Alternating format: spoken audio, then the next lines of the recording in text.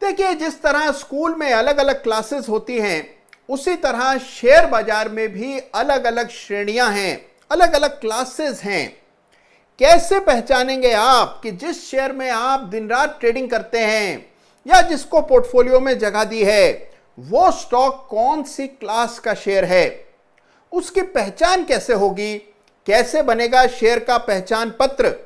यह आज के वीडियो में आप जानेंगे। कोई भी काम कर रहे हो तो तुरंत प्रभाव से अपने काम को बंद कर दें। पूरी एकाग्रता के साथ आज का वीडियो जरूर देखिएगा, क्योंकि आज सीटीसी के इस एपिसोड में मैं आपको बताऊंगा कि किस तरह आप अपने शेयर का पहचान पत्र बना सकते हैं।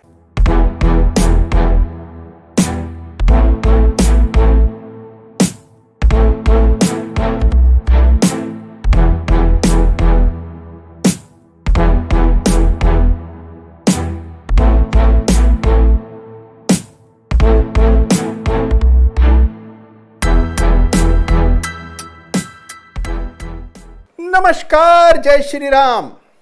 क्या आप जानते हैं कि शेयर बाजार में कुल शेयर्स कितने हैं? यानी कि एनएससी और बीएससी दोनों को मिला लें तो कितनी कंपनियां लिस्टेड हैं, यानी कि कितनी कंपनीज में खरीद फरोख्त होती है, कारोबार होता है। कोई कहता है कि 5000 शेयर्स हैं, तो कोई कहता है कि 10,000 शेयर हैं। सही आंकड़ा, सबसे विश्वसनीय आंकड़ा है लगभग 7400, यानी कि 7400 कंपनियां हैं। तो देखिए, 7400 शेयर्स हैं, ये बात अपने दिमाग में रखिएगा। 7400 विकल्प हैं आपके पास पैसा लगाने के लिए शेयर बाजार में। यह संख्या आज से 10 साल पहले, एक दशक पहले लगभग 6600 के आसपास होती थी। एक दशक में हमने देखा कि कई सारे नए आईपीओज आए, कुछ कंपनियां डीलिस्ट हो गई, यानी कि बाजार से बाहर कर दी गई या स्वेच्छा से बाहर हो गई।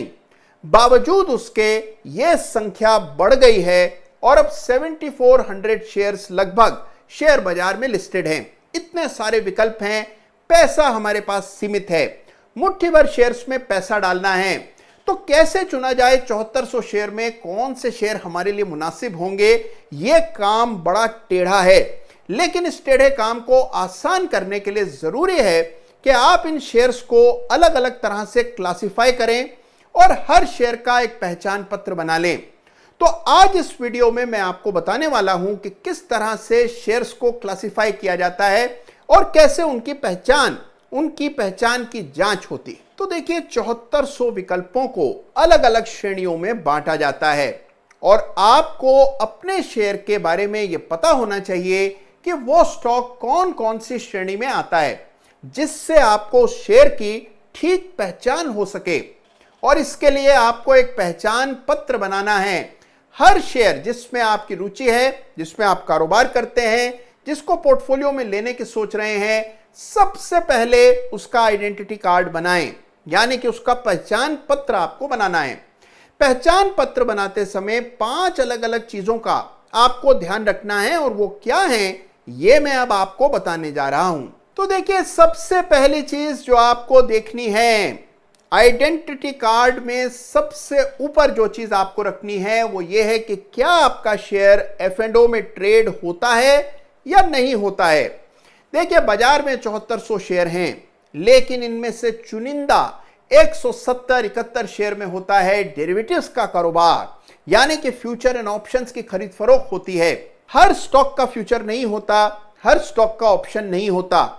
केवल कुछ चुनिंदा शेयर्स में ही डेरिवेटिव्स के कारोबार की अनुमति दी गई है और बहुत कड़े मापदंड हैं।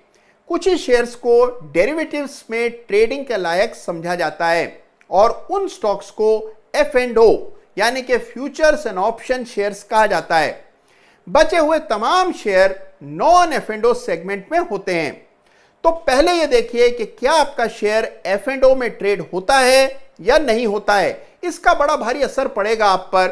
F&O के शेयर अलग तरह से बिहेव करते हैं, अलग तरह के दबाव उन पर काम करते हैं, सर्किट के नियम और कई सारी चीजें उनमें अलग होती हैं। याद रहे कि F&O के शेयर बहुत लिक्विड होते हैं, आप जितनी मर्जी शेयर खरीद सकते हैं और आसानी से बेच भी सकते हैं।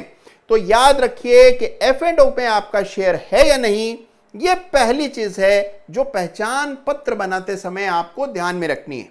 तो देखिए, दूसरी चीज जो आपको पहचान पत्र बनाते समय ध्यान में रखनी है वो ये है कि अगर आपका शेयर एफ&ओ में नहीं है तो आपके शेयर पर सर्किट लिमिट क्या है। देखिए, मेरी इस बात को बड़े ध्यान से सुनिएगा।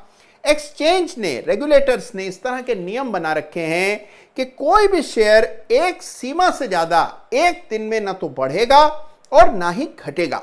तो देखिए, ऐसा वाइल्ड फ्लक्चुएशंस को रोकने के लिए किया गया है, जिससे कहीं ऐसा ना हो कि 100 रुपए का शेयर अगले दिन 20 रुपए पर ट्रेड होता दिखे या 100 रुपए का शेयर अगले दिन 500-600 रुपए हो जाए।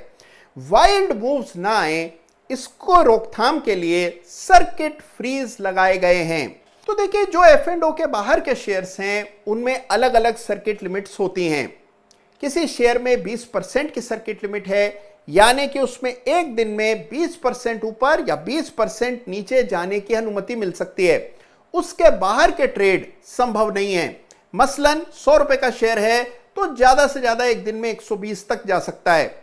130 पर उसमें खरीद फरोख्त अलाउड नहीं है। और उसी तरह से अगर 100 रुपए का शेयर है तो ज्यादा से ज्यादा दिन में 80 रुपए तक नीचे गिर सकता है। उससे नीचे के ट्रेड्स अलाउड नहीं होंगे, यानी कि दायरा होगा 20% का। कुछ स्टॉक्स हैं जिनमें सर्किट लिमिट 10% की है और कुछ हैं जिनमें 5% की सर्किट लिमिट है।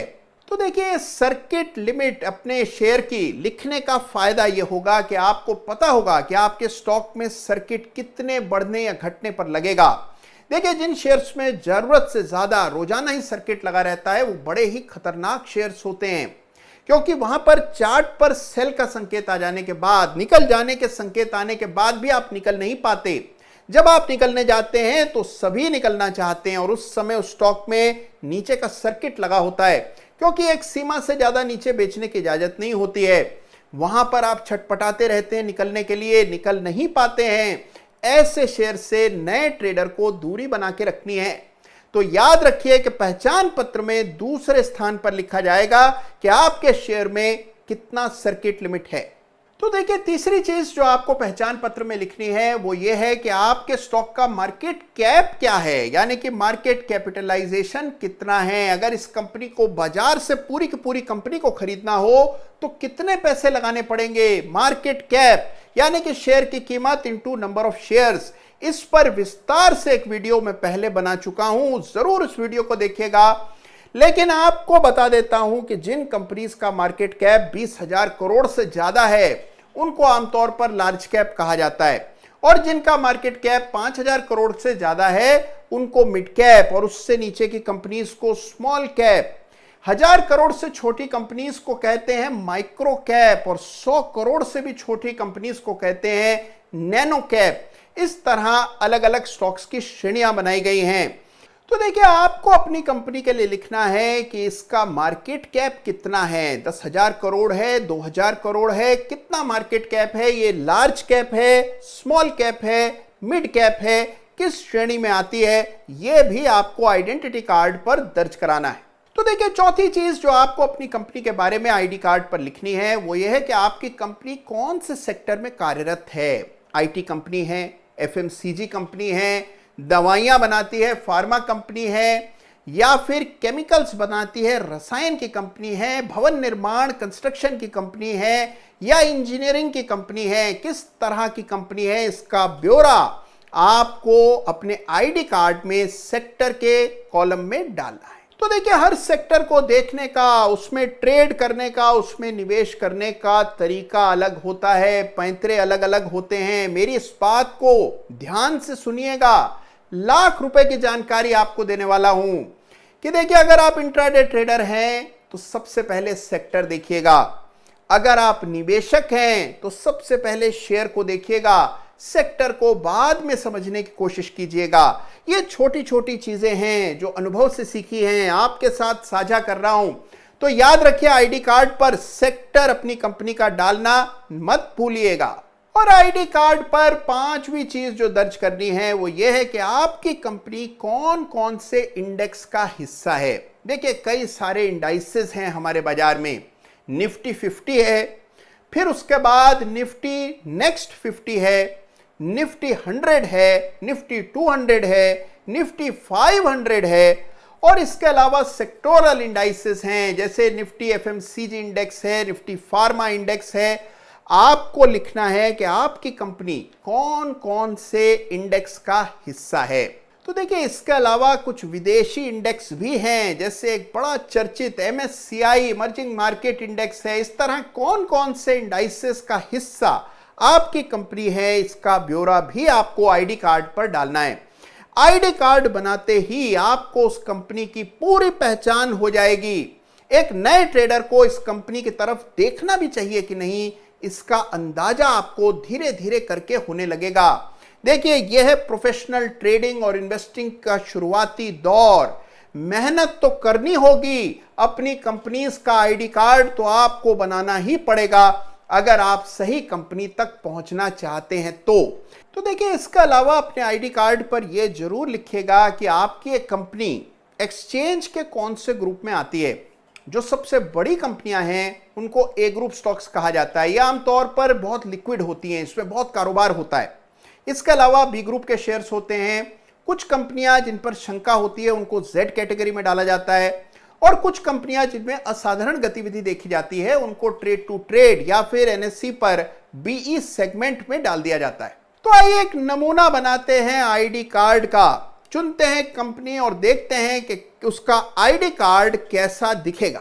तो आइए बनाते हैं टाइटन का आईडी कार्ड और देखते हैं कि आईडी कार्ड कैसा दिखेगा। सबसे पहले कंपनी का नाम टाइटन, उसके बाद F&O का हिस्सा है या नहीं, बिल्कुल है। तीसरी चीज, सर्किट कितने पर है। देखिए, F&O के शेयर्स पे सर्किट नहीं होते, इसीलिए सर्किट में नॉट एप्लीकेबल लिख दीजिए। चौथी चीज है मार्केट कैप, 1,80,000 करोड़ का मार्केट कैप है टाइटन का, यानी कि ये लार्ज कैप है। पांचवी चीज है सेक्टर। अब सेक्टर तो आप जानते ही हैं कि कंपनी मुख्य रूप से ज्वेलरी बनाती है, जेवरात बनाती है, तो ज्वेलरी सेगमेंट की कंपनी है। आप चाहें तो लग्जरी गुड्स भी इसका सेक्टर बता सकते हैं। और अंतिम कॉलम में डालेंगे कि कौन से इंडाइसेस इंडेक्स का हिस्सा है। देखिए, तो निफ्टी 50 का ही हिस्सा है, तो बाकी सभी का हिस्सा होना तो स्वाभाविक सी बात है। और साथ में MSCI इमर्जिंग मार्केट इंडेक्स का भी हिस्सा है टाइटन। और अंत में आइए टाइटन का ग्रुप देखते हैं। तो जाहिर सी बात है कि टाइटन है ए ग्रुप शेयर, तो ये भी अपने आईडी कार्ड पर लिख देंगे। तो ये इस तरह का आईडी कार्ड बन गया टाइटन का, और बिल्कुल ऐसा ही आईडी कार्ड आपको अपने तमाम शेयर्स के लिए बनाना है। यह है आपका CTC का इस सप्ताह का होमवर्क। तो देखिए, अगले सप्ताह होगा आपका इम्तिहान, तैयारी रखिएगा और समय से जुड़ जाइएगा। देखिए, बड़ी मेहनत और लगन के साथ ये CTC के वीडियोस मैं बना रहा हूं, और इसमें चाहिए आपका सहयोग, आपकी हौसला अफजाई, आपका आशीष, आपकी दुआएं। तो देखिए, झटपट चैनल को सब्सक्राइब कीजिए, अपने दोस्तों और मित्रों के साथ इस वीडियो को शेयर कीजिए।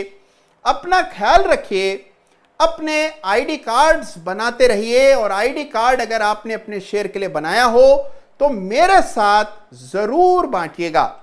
तो अगले सप्ताह जानेंगे कि क्या आप हैं फिट टू ट्रेड। आपका होगा इम्तिहान। अपना ख्याल रखिएगा। जय हिंद, जय भारत।